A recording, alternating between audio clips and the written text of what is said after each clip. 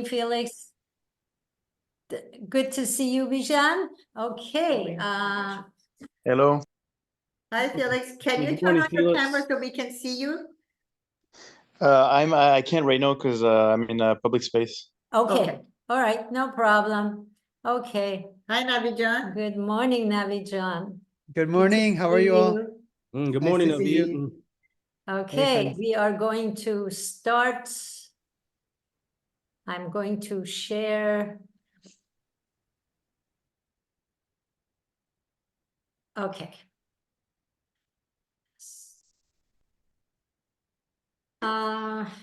We are discussing Yasna 43.5.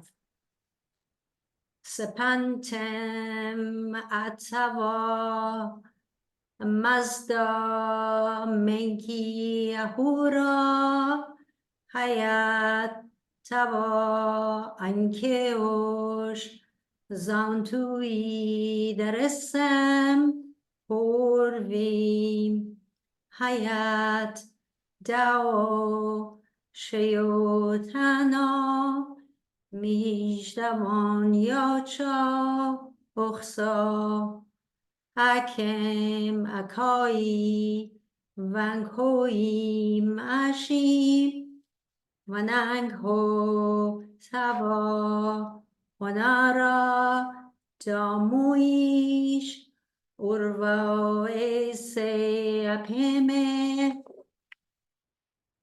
And the three translations. I realized you, God wise, to be progressive when I saw you at the birth of life and found that you have ordained that actions and words should have consequences, bad for bad and good for good. It shall be through you excellence until the final turn of creation. And then Chazai, O Ahura Mazda, I found you progressive when I saw you at the inception of life and understood that you have set consequences for each word and deed, pain for the wrongdoer and joy for the righteous, and this practice in the radiance of your creativeness and wisdom shall remain to the end of life and existence. Verily, I believe thee, O Mazda Ahura, to be the supreme benevolent providence. For I beheld thee as the primeval source of creation. For by thy perfect wisdom, thou shalt render just recompense for all actions, good for good, evil to the evil, at the last turning of creation. And the summary substance, this is Dr. Jafari's pondering points. Zarathustra now relates his enlightenment experience in the following stanzas of the song. He realizes Mazda to be progressive because he sees full justice in the divine action. It begins with the birth of life. Thoughts when turned into words and deeds have their consequences. Bad brings bad, and good brings good consequences. This law shall last through divine excellence until the final turn of creation for the ultimate goal. Consequences, bad for bad, good for good, begin when life begins. Okay, let me stop sharing. There we go. Hi, everyone. Good morning. I'm glad you're all here. So once again, the Gatha lesson, when a person like me, a layperson, somebody who has no scholastic background, I am not in academia, I'm just living life, trying to live life a Zoroastrian life. And by that, I mean that when we read the Gathas, every single person can have their own perception. And that's the beauty of the Gathas. It aligns with the fact that we believe in equality, freedom of choice, and everybody's understanding is their own understanding. So as long as it's in alignment with what Zarathustra's message is, that is good, that is cool, that is how it is. So we all have different perception of this stance of the Gathas. when I look at it, when I read the whole thing, then I go, this is Asha. This is my interpretation. Asha is what's good, what's right, what is, and the law of consequence. So when I think about, okay, Zarathustra is saying in this stance that good for good, bad for bad, I think it's a lot more complicated than that. 4,000 years ago, that was the base, that people should understand that if they do the right thing, the consequence is good. If they do the wrong thing, the consequences is not bad.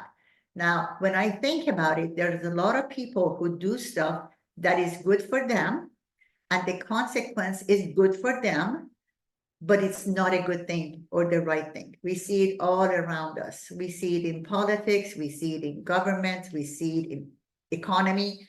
There's a lot of things that, yes, there is a consequence for whatever we do. That is true. That is the fact of life. That is Asha. That is the truth behind every occurrence. But when we say good for good, bad for bad, it is more complicated. It is not to say that good for me. Maybe I think about something that is good for me and I perform it the right way, and the result is good for me, but it's damaging to the surrounding. It's damaging to other people. Life example, I just want to make it simple because life is simple. Doctors who prescribe opiates, for people who go and get them, the consequence, and they don't need it. They sell it on the streets. They sell it to teenagers, and it happens in everyday life. I see it happen. This doctor who is in a position to do such a thing, who has the power, is thinking about his financial, status. He wants to gain, it's all about money, right? And he does it the right way for him. He attracts the clientele that come from all over. They know this one person is going to give them access to this kind of drug. So the consequence of that is more money for him, more power for him, more customer for him. He's happy. So it's the right thing for him, and the right result, the consequence is he's gaining money. In the meanwhile, what is happening out there is damaging. It's not right. It's a crime. All of that is bad. So I think that Asha is what is what people do.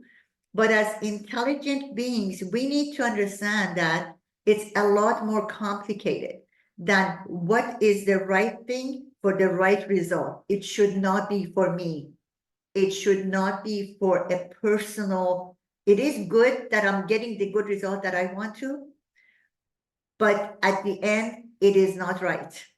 So my opinion is good for good and bad for bad is just too simple. It is more complicated. And I think that to teach everyone how to do the right thing has to start from childhood, has to start from parents teaching their kids. This is everyday life. This is living a Zoroastrian life. This is not just reading the Gathas and saying that the consequence of your action, bad is bad, good is bad, good is good. It's not. Just that we should know there is a consequence. That consequence has to be intelligently picked. When you take medicine, they give you all kinds of literature. You go and pick up your prescription. I'm sorry, I'm giving you examples of life because this is my job. I see it every day. So I can relate to it. And you can relate, Asha, to every single thing that happens out there. From the time you wake up in the morning to the time that you go to bed to like a week from now, everything that you do in real life has to do with Asha. What is, what's the truth, what should be done for the right consequence, not for me, but for everyone. So you get a medicine for the disease that you have. They give you literature of all the side effects, the consequence of you taking that medication. You have to make, you and your doctor combined, have to make an intelligent, informed decision. Should I take this? Yes, it would help my depression. yes, it would cause me to go to sleep because I can't sleep. I have insomnia. But then there's a list of side effects. There's a list of chances of other things happening to you that you have to know about. And then based on that decision, you see the consequence. So just bad for bad, good for good is not enough. And that's why we are told as humans, as mankind, we have the potential to be intelligent and to make decisions knowing everything about what we're doing. And that's our job. Our job is to seek the truth behind every occurrence. And from this stance, that's what I see. 4,000 years ago, Zarathustra, simple life back then. I don't think there was any medicine. They were just doing herbs and they didn't know anything. The science behind everything was not known. But today, everything is out there. We can look it up. We have references. We have the intelligence. We have the computers to go to. We have all kinds of sources to find out what is this consequence of this thought, this word, this action for my life, everyday life. So that is my opinion when I see this stance. I would like to know yours. Who wants to start? Navid John? Sure. Yeah, I think it's very well said. I agree with a lot of what you said, Fariba John, and Mitra John. I appreciate both of what you were saying. I think the key part about Asha that you said that maybe I would elaborate on is that the idea is it's for all existence and not just for yourself. So, and I think you said this, but I think that's the really key part I think most people miss. They ask like good and bad relative to what? And it's like, well, relative to Asha, and then you have to dive into Asha and what is Asha? And the Gathas is basically a framework for us to recognize it and align ourselves with it. And you do that through incremental learning. So you first start with ideals. And there's a lot of it in the Gathas around, an entirely good, entirely beneficial, and an entirely creative and kind of expanding existence. One that is in harmony, and one where no other being is living at the expense of another, right? And I think we need to then recognize and keep thinking about what that is, and then look at our choices, actions, and say, how does it align with that? Am I doing something, without, there's a balance for ourselves too. You could be paralyzed if you are thinking about every single choice and analyzing in detail, but thinking about just the bigger choices, start with that. And I think that's what I do. I have a very engineering, I guess, type or intellectual type mind where I want to overanalyze everything. So if I was to stop and be like, what about this choice? What about that choice? Did I optimize? Did I optimize? I think it will also create a problem for me. So I think what I found for my balance and the way I live my life with this is just think about, okay, beyond myself, when I make this choice, especially for bigger choices, how does it impact the greater good? And do I have an opportunity to do more? And I think the last part that I think is very different is if we think about this without fear, letting go of any fear of punishment, or I made the wrong choice, I made the wrong mistake, and really open that paradigm as just a growth opportunity and say, oh, okay, now that I reflect, I made that choice. And I think, maybe that, made this other person feel this way, or maybe that harms the environment in some way, or maybe that's not what I intended it to do, but I saw that's what the outcome was. And it's not that we always have all of the insight, but it's the reflection, I think, that helps us grow. So I think keeping that in mind as we go through it and finding some balance for ourselves is kind of how I'm at least trying to iterate myself. Absolutely right. And the balance is what is the smart decision, the intelligent decision is to understand that there has to be a balance and we have to look for that balance. And the fact that, yeah, we make mistakes, that's part of our being. Human beings are there to make mistakes. Trial and error is because of that. You try something, it doesn't work. If you're intelligent, you pick a better way to achieve a better consequence. So it's just going back to medicine.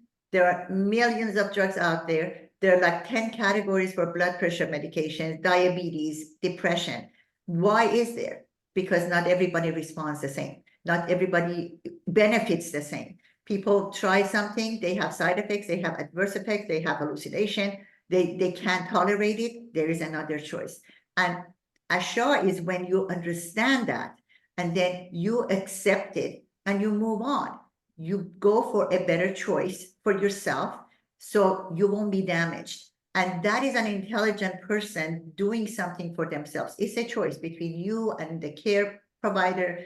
There's intelligence is part of following Asha. You have to pursue it. Nobody else can do it for you. We were giving this mind, so we have the responsibility. You cannot count on others to make right decisions for you, because the consequence is ultimately yours. You see the benefit, you see the damage, you cause the benefit or the damage. So I absolutely agree with you. Thank you for that insight. Who would like to go next? Raise your hand. Already then. RJ, go for I guess I'll go. Oh yeah, you guys brought up excellent points, and just like how you were saying about the balance, and in the sense of us understanding Asha, especially when everybody's individual experiences are different. And I think the great point out of all this is that there's not that one size fits all for everyone. Everyone's going to have their own experience, their own journey. Just like I've had my journey finding Zoroastrianism, I found it through my experience through other faiths, and my understanding of other people's morality, their cultures, their temperament. And so I've really realized in life that, yeah, everybody has to evolve in their understanding. But with that said, I really do think that in regards to us addressing this stanza here, everyone has to understand that being kind, generous, and having humanity's best interest, it's a very simple thing to do. Coming from a Christian background, there's been a lot of transactional attitudes in terms of morality. People only do good because they think it'll give them salvation. Doing good is done because of maybe some reward. And in Zoroastrianism, you really see the truest sense of selflessness. And when I think that a human being allows himself to truly go about viewing humanity in a sense of this collective body where everybody by our actions either receive benefit or something disastrous, you have a responsibility as Zoroastrian to ensure that this world is not only led toward a greater path, which is Asha, but you also feel the responsibility knowing that your actions that are misaligned with the truth will also lead many down to disarray. And so my point of all this is that it's the idea of knowing that having mankind's best interests, that selflessness, and living by our Shem Vahu prayer, which is righteousness for the sake of righteousness. I do think that we can really move forward and have great progress, because ultimately, when your thoughts, words, and deeds are aligned with Asha, that leads man toward benefit, progress, as they say in the Pahlavi text, Frashogard. So that benefit is what of your actions, what will bring this perfection toward humanity. So that's my input. Thank you so much. Yeah, it is all about intention to do the right thing. I so much like the word right versus good, because like I always have said, sometimes when you do the right thing to get the right result, the consequence that is right, it is not that good. There are a lot of times we do difficult things. We do stuff that are painful. We do stuff that are not fun, but it's right. So I always prefer to use the word right versus good. When you do the right thing, you have the right result eventually, because right is for everything and everyone, and it's timeless, and is like it has nothing to do with where you are, who are you doing it for, what you're doing it for. When something is right, the result, the consequence is right. Absolutely. All righty, Caleb, you have something? Oh, yeah, actually, this is one of my favorite stanzas. Well, the few couple of line are some of my favorite stanzas. I like it because I don't know, it just talks a lot about the nature of God, or Mazda, however you want to say that. Particularly, he kind of prefaces it, and he says, besides the beginning line, which is kind of repeated, throughout the whole poem, he kind of says, the first thing he says is, when I saw you, first at the birth of existence. I know, just that already is already really powerful. And then he kind of describes, you know, kind of the nature of existence a little bit before saying, you know, by your skill at the final turning point of existence, which, you know, is just a metaphor for that kind of like on the turn of a chariot track. That's when the pieces of a chariot are most liable to break, and all those ancient chariots could easily snap, especially the pole that would kind of extend out and hold the animals could easily snap from that kind of centrifugal force, however you say it. So what I find interesting is he's implying that he's not talking about the final end of existence. He's talking about the final crucial moment of kind of this kind of battle between humans of good and evil, you know, and he kind of talks about how, you know, he says there's you know, bad for the bad, good reward for the, he says actions that have their mijda, which is mijda is kind of like prize or reward, kind of like what somebody would get when they have kind of performed something. He says mijda, which is like, I don't know, it's kind of like the corresponding or type of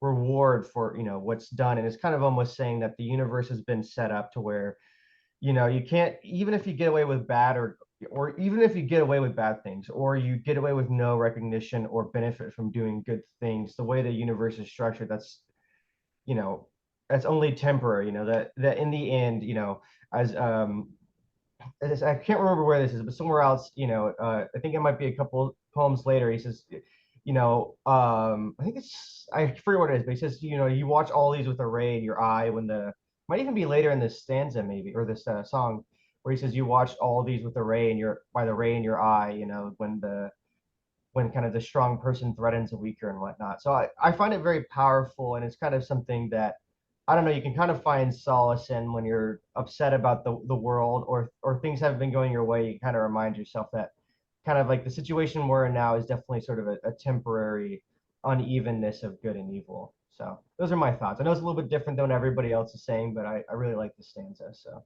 Which is perfectly fine. And that is the beauty of the Gathas. That is the beauty of his message, that because your brain works totally different than mine. It works a lot better than mine. I don't know So about that. no, it does. Trust me. So that is when we realize that we align ourselves with everything else. This stance is not just about human being. It's about our thought, words, and action, because, you know, 4,000 years ago, or even today, we only know us as being intelligent beings on this earth. And this earth is nothing compared to this universe and the cosmos. So when he talks about creation, he talks about all of it. When you look at the cosmos, when you look at all the planets, all the stars, all these galaxies that are functioning independently, nothing is bumping into anything else. There is no catastrophe happening.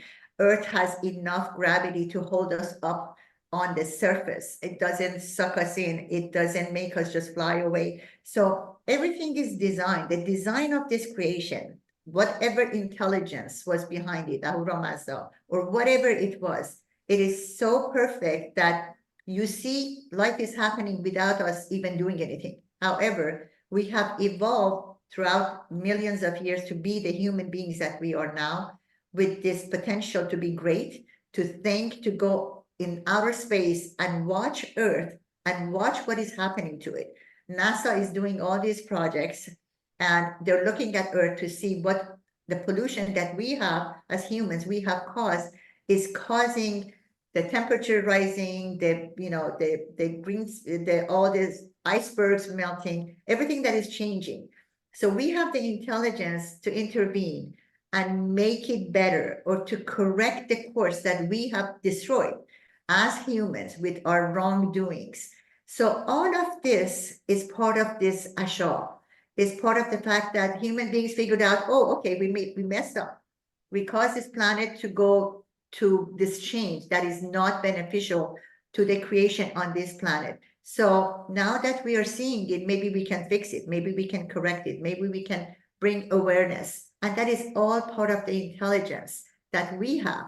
Other animals haven't done that. The plants haven't done that. They come and they go. But we have come to the point that we have the power to make right choices, to see the best consequence. And once again, that is the simple truth behind Asha. So thank you for that input. You know, universe is part of it. I totally agree. Ash, would you like to intervene? Absolutely, thank you. This is my first time reading those stanzas, but I can't help but be reminded of that they kind of function as a law of attraction, if if you will. So I've noticed that when I'm not acting in my own best interests, for example, you know, I get angry sometimes, and then I can't notice but that it attracts more anger in my life. And then when I'm acting righteous, I attract more good into my life. And you know, the law of attraction states that you don't attract what you want, but you attract who you are. So I think this is a very primordial take on the law of attraction. I think this is even published longer than the law of attraction has existed, if you don't count the Kabbalion. But I think the human being is kind of like a fragment of Asha, or a fragment of righteousness, and there's just so much dense energy going on right now in the planet, that there's a lot of bad. I tend to see a lot more bad than good these days, and I think it's kind of a challenge, such that you have to be able to remain grounded in righteousness despite all of the catastrophes going on, such that you mentioned, climate change, and you know, political turmoil, and wars and so forth. And I think we have to remain the beacon of light and not allow the darkness or the bad or the non-righteous influence our very nature. And in this in these meetings we've talked about a great deal of meditation.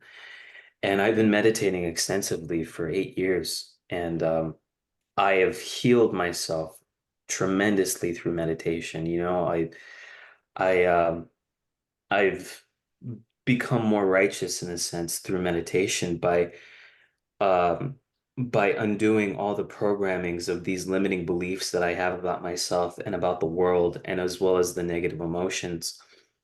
And this has allowed me to conquer a lot of my fears and angers and pride and my shame and my guilt, such that I can stand more in righteousness. Um, I have the book Caleb was showing, the red book. I have that book, and I read a beautiful stanza in it. You were talking about herbal medicine, and medicine in general earlier, and one of the stanzas mentions that the songs are much more powerful than any herbal medicine. And I thought that was very, very beautiful. I haven't read that book much, but that was one of the things I remembered within the book. And before Zoroastrianism, I used to work with Native American medicine and Native American ceremonies. And they told us the songs they would sing were much more powerful than the herbal medicines that they would give us. And I just think that's so brilliant, because their philosophy aligns with Zoroastrianism, despite not having any contact. I mean, there are Zoroastrianism and their culture existed on the opposite side of the world, and yet they came to the same conclusion. And I just thought that was a brilliant way of reinforcing the idea that songs can function like a prayer. And I'm very much into near-death experiences, and how people, you know, they have some sort of disease or accident, and they experience this subliminal um, transcendence, where they talk about that there's only love, that there's only righteousness, um, and how they come back with certain insights. And very often when they have stage 3 or stage 4 cancer, and they pass to the other side, but yet they come back into their bodies, even though they've been clinically dead for, you know, sometimes even up to 45 minutes. They say that sound and vibration are very are very healing, and in fact that they're the most healing modalities we have as a civilization.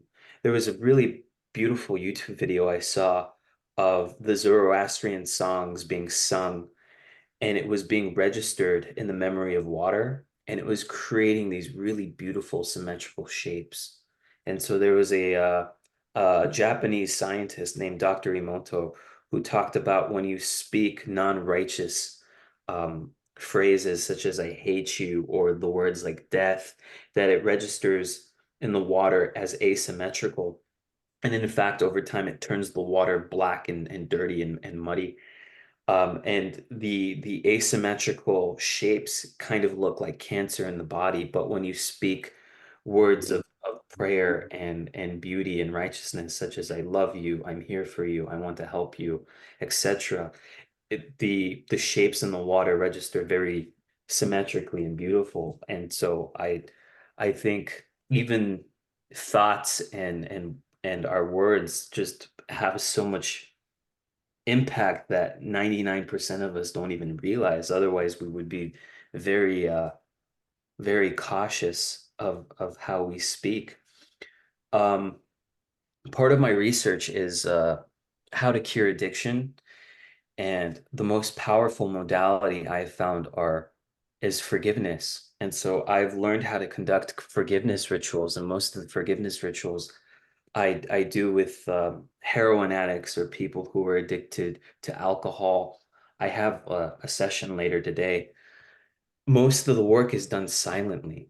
So most of the forgiveness that I am trying to conduct on behalf of the other person who has come to me for help is done silently, and they can feel the effects of it in the body. So that goes to show how tremendously powerful our thoughts are, and we have to be very, very, very careful of the quality of our thoughts. Even Marcus Aurelius, who was a non-Zoroastrian, said the quality of your life is determined by the quality of your thoughts. Thank you. Thank you so much. That was a very good session for the rest of us.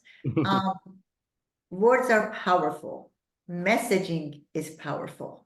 So you said something in the 2-3 minutes that you were talking, you gave out the message to the rest of us, and hopefully some of us, I did, will take it in, and that would make our life more meaningful and better.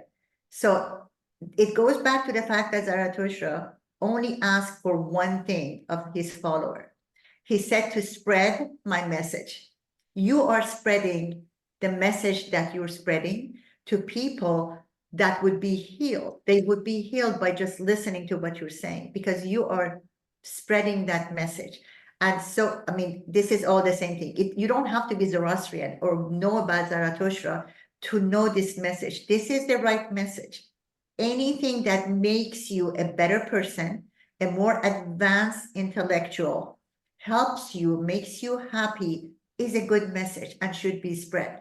So I'm glad you're doing it, you know, Zoroastrian or not, it doesn't matter. It's not giving anybody credit. That being a Zoroastrian is not giving so much credit to Zarathustra. I don't ever think that he wanted that. He was just so intelligent. He was such a visionary that he saw all these things.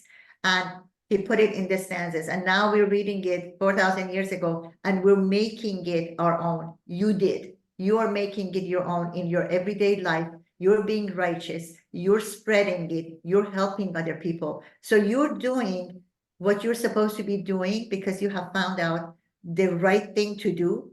And the consequence is always good.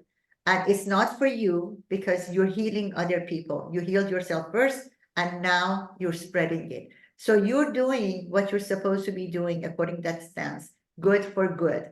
And you're not, you know, following the bad for bad. So good for you. And hopefully you spread it to all these people that you come in contact with. We all try to do that in every alley of life that we are in, any job that you have, with your coworkers, with people who come across with you, just spreading the fact that, you know what, you should think that you are an individual who has the potential to be great and to spread happiness. Go to somebody and say, you look pretty today. It makes their day. It becomes a happy occasion for that person or for you. So that's exactly what you're saying, and I appreciate that. Thank you so much. Bijan John, would you like to join us and tell us what you think? Sure. By the way, my name is Bijan. I'm just getting into Zarathustra studies for the first time. And also, I've always been very curious on the authentic, just to let you know, authentic historical interpretation of Zarathustra history. So, you know, what Zarathustras view their history as versus, how do I say this, ordinary Persians, in other words. So, so I have done yoga. I'm a certified teacher for about 15 years. And I just found out actually about the similarities between the two practices. One thing that is very important in yoga is the concept of being honest with yourself and finding your internal honesty, where you don't need to cling so much to narcissism, where you can really focus on what is holding you back so you can really connect to these things. One thing I learned over time is that Freud actually believed that as we get older, we naturally become more altruistic because our basic needs are met as we get older. Once we start making money, once we have relationships, we can focus on other people and our relationships more. For me, as many people said, helping for the sake of wanting to help versus caretaking or doing it to go to heaven are two very different motivations. And it's a struggle for me sometimes. I have done a lot of community service, but I fall into points in my life where I think to myself, I have to do it for this reason or that reason, versus just for the goodness out of my heart and the joy that I get out of it. So. I'm sorry, somebody say saying something. Thank you so much. Where are you calling? Where are you zooming us to? Are you in California? Unfortunately, I just moved from California to Dallas. So, Okay. but I was born in Vancouver, Canada. And because of my connection to Indian culture, I know quite a bit of Parsis. And I also work in healthcare, by the way. So one thing that you mentioned, which is very true, is the best doctors do it for the combination of love of science and love of helping. Yeah. And working in healthcare, you meet, especially surgeons, you meet a lot of doctors that are doctors just because they love the practice and the science. So, you know, you see those personalities all the time. Well, thank you for coming. Thank you for sharing. We appreciate it. Hatman Jana. Felix, hi. Hi, hello. So yeah, thank you. It was really interesting listening to everybody's perspective. What really struck me is your emphasis on consequences, which I think is very interesting and something to think about. Because when we engage in some action, you know, I think in a lot of everyday life, it's about reacting to some circumstances where you have a problem and you need to solve it. And so in order to solve the problem, you need to do something. And, you know, most often than not, we don't really think about the consequences outside of just, you know, solving a particular problem. And I've been doing a lot of, so it's just, you know, this very simple focus and redirecting your attention, not on the problem you're trying to solve necessarily, but more on the consequences of your action, I think is interesting, especially because consequences are, you know, usually invisible, and there's something that you have to infer. And in psychology, it's like a big sort of issue about how humans can infer the you know, foreseeable future and the consequences of their actions. And recently, I've been reading about you know, positive and negative emotions for an article that I'm writing, and to you know, maybe circle back to some of the things that Navid was saying. There's some really interesting research about how negative emotions have survival value, whereas positive emotions don't. It's the sort of downstream effects of the positive emotions that have a survival value. So what that means is that negative emotions like fear or anger, they really allow us to quickly and rapidly solve a problem by narrowing the focus of our attention. By engaging sort of fight or flight response to a particular threat, for example, and we'll like solve the problem and reduce our attention to the problem. Whereas positive emotions, they broaden the field of our attention, and they have all sorts of effects that have been like empirically demonstrated on creativity and memory and learning. Makes us more able to acquire new skills, and instead of like narrowing the field of our attention, it broadens the field of our attention. And thinking about this in relationship to this notion of paying attention to consequences, and the notion that good deeds bring rewards, I felt like it just made a lot of sense. And so yeah, that's a bit what I was thinking. Thank you so much. Yeah, you did mention the consequences, and I want to also mention the fact that a lot of times we are entangled with other people's consequences. It's not always what we do that we have to watch out for the consequences. 90% of accidents that cause death and cause, people to be hurt for the rest of their lives, or, traumatized, all of that. I would say 90% is not the consequence of what you did. It's the consequence of somebody who hits you, somebody who just cuts you off, somebody who's doing something wrong and it causes the accident. So we cannot be in charge of all the consequences around us. We can be part of it, but we have to accept it.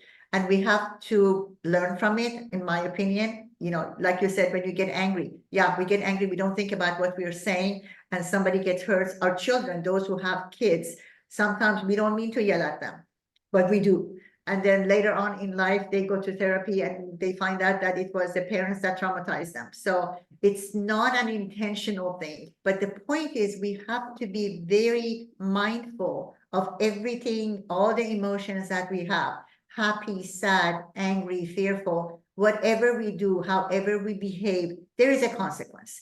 So if we can't control it, if we didn't know what's coming up, at least we can learn from it.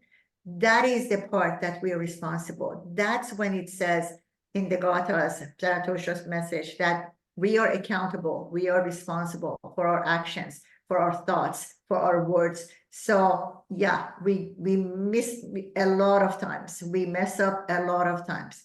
But the point is to accept it, to own it, and to learn from it. As a Zoroastrian, living a Zoroastrian life, that's our job. So having said that, Payamjan, would you like to express your opinion? Yeah. Hey, everybody. I'm Payam. And I'm also from Dallas, like Bijan. But my background is also kind of similar to RJ's. I came from, my whole family is Shia Muslim. They're all from Iran. And last year, almost about 6 months ago, I did convert to Christianity, but I drifted away from it, mostly because of the people, not because of the faith itself. I really did like the message that they were spreading of, love and forgiveness over fear and submission. But just some of the practices that the people did just got a little too personal with me.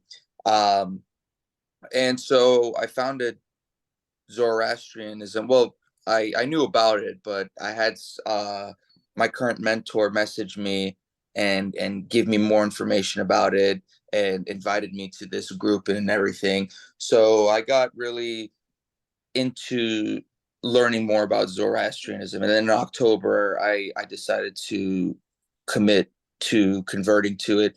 But ultimately, what I was trying to say was I really did like RJ's, what he said about transactional deeds. It seems like a lot of the Abrahamic religions are very big on transactional. And I feel like that's a very human aspect. I know that they mean well, but a lot of the times they're doing it because their book tells them to do it, not because of, that they themselves want to do it. for example, I had some of my church friends constantly message me with quotes from the Bible telling me to repent or go to church every day or read the Bible every day. And after a while, it just became a little too annoying. And sometimes it made me feel like they weren't doing that purely out of the intention to just help a person out, but because their book told them that they need to spread the word. So sometimes it felt not genuine. And that's what I really like about Zoroastrianism, is the idea of free will and doing good, not because you want some admiration or anything like that, but doing good because it's the right thing to do. And so, you know, and I have sometimes this dilemma when I see someone who needs help, and I have this sort of internal argument for like half a second where I'm asking myself, am I about to help this person out because I want people to notice me, or am I helping this person out purely with the intention of helping this person out? Overall, I get some kind of internal joy, big or small, whatever the situation is, in helping people out. I do get some kind of satisfaction, but there's always this little internal conflict that goes on for like half a second that makes me question the intention behind the action that I'm doing. And so it's a constant struggle for me right now. But ultimately, I really do like the idea of, while we do have the Gathas and by a certain extent the Vendidad, I do really appreciate the fact that that we were created in this world with free will, and we can choose to either do good things or bad things with our free will, and ultimately that's our choice. And in the end, it comes down to, it's nobody's fault but your own if you either reach some form of purity or impurity. It ultimately comes down to your decision, and I feel like it's very positive on helping people out, not for the sake of what your book says, but because you genuinely feel like it's the right thing to do, and you yourself are motivated to do that good deed. So that's my point. Thank you so much, Payamjan. I think that in the short time that you have studied this religion, this ideology, you get it. That's simple as that. You get it. You get the principles. And when you say that I am committed, I would like to convert, I need to tell you that this is not a religion of conversion at all. It's a religion of acceptance. You accept to live this life the way you just explained it. You're a Zoroastrian. You don't have to go through a ceremony. You don't have to be Sedra Push, none of that. Because think about it, Zarathustra didn't have Sedra Pushi. Zarathustra wasn't converted to anything, and his followers didn't either. So this is a choice. You want to go through the ceremony, fine. You don't, fine. There are a lot of people, like I think it was Ash who was saying about the American Indians, the natives. They have this Zoroastrian ideology. They live by it. They listen to this music that is very curative because of its nature. So everything that makes sense, everything that is logical, when you believe in that, when you're doing good for the sake of goodness, when you don't follow anything in the Gathas, there is absolutely no do's or don'ts. It's a lot of messages. And like today, we are discussing a stance that was, recited by Zarathustra 4,000 years ago. We all have different take on it. And that is perfectly fine. And it's supposed to be like that, because we are the intelligent being, because we were told that we have a very high value on this earth and among the creation. So I'm glad to say you get it. You don't you don't need anything else. You get the core message of what this ideology is. So welcome. I enjoyed listening to you. And as last but not least, I would love to hear from Nilu June. She's a delight to listen to. Any opinion that you have is welcome. I've been going in and out chasing our youngest. Hi, everybody. Yara. Hi. Hi. The consequence of your action, or beautiful, happy children. Thank you. And I've been listening to bits and pieces, and it's always so refreshing to listen to. I think if I'm understanding, a lot of this is about kind of connecting the dots of intention and outcome, and appreciating the outcome may not be exactly what you want, because that's a form of control, but appreciating your intention as the base. Mhm. And I think that reflects a lot on how we appreciate ourselves being connected to the whole, right? Like Absolutely. I can do my best to give to whoever, but I can't control the outcome. And if Correct. that outcome isn't reciprocated, if that outcome isn't appreciated, it's kind of like, you know, like I loved Maya Angelou growing up. I still do today. But like she would say something like, if someone shows you who they showed you who they are at some point, right? But my intentions don't have to change. And I think that relates to appreciating outcome versus intention and the actions I take about my intentions. So Okay. that's kind of my takeaway is you appreciating your actions and intentions does not necessarily mean that you predicted the outcome, because that is, again, waiting for some either reward, expectation, or again, it's like a form of control, and Yeah. peace is the absence of that control. Yeah. That's an excellent point, John. Definitely. I never thought about it that angle where you do the action with good intention, but the outcome isn't what you were expecting. You have to bear that in mind. You just accept it and you move on and you make it better.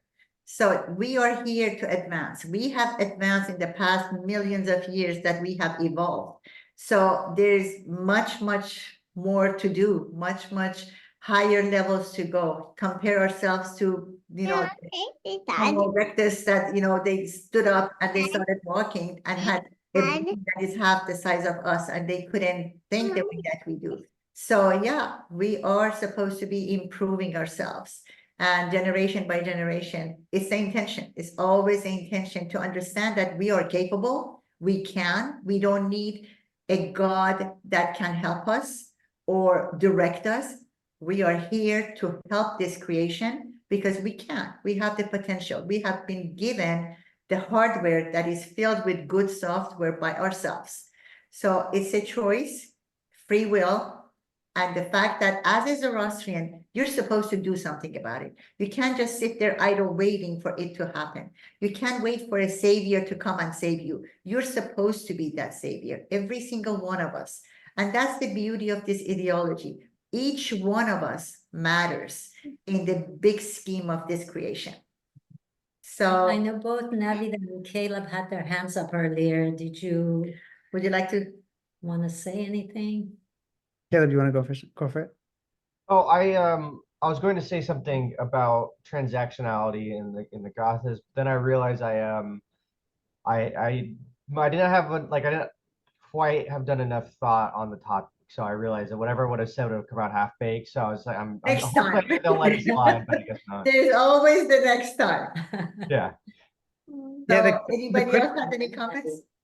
Oh yeah. So the quick thought I was going to make was actually very related to what you were just saying, Mitojan. I think is a couple of folks talking about how a mix of we can't control everything, and I think Neela was just saying this too, and that we need to kind of focus on our choices, and then how combining that with like the kind of intention and transactional nature of Abrahamic religions. I think where that comes from is you're looking for what you just said. In other religions, you're looking for to be saved and to be approved and to be judged according to it, so that your intention changes. It's like, even if the outcome is the right outcome, even if you helped a poor person, there's all these Christian missionaries helping people all over the world, Muslim charities, etc. They do good things, quote unquote.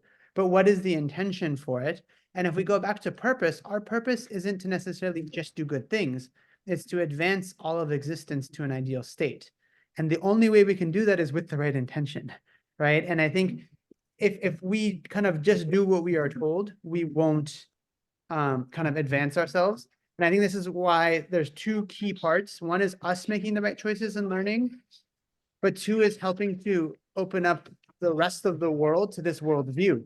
Because we need allies. We need coworkers. We have to build. We're basically a religion of builders, and we cannot build in isolation. Absolutely right. Thank you so much. That was a good conclusion. Caleb, did it come to you? No, I was waiting to kind of just say something quick about what Avi John was saying.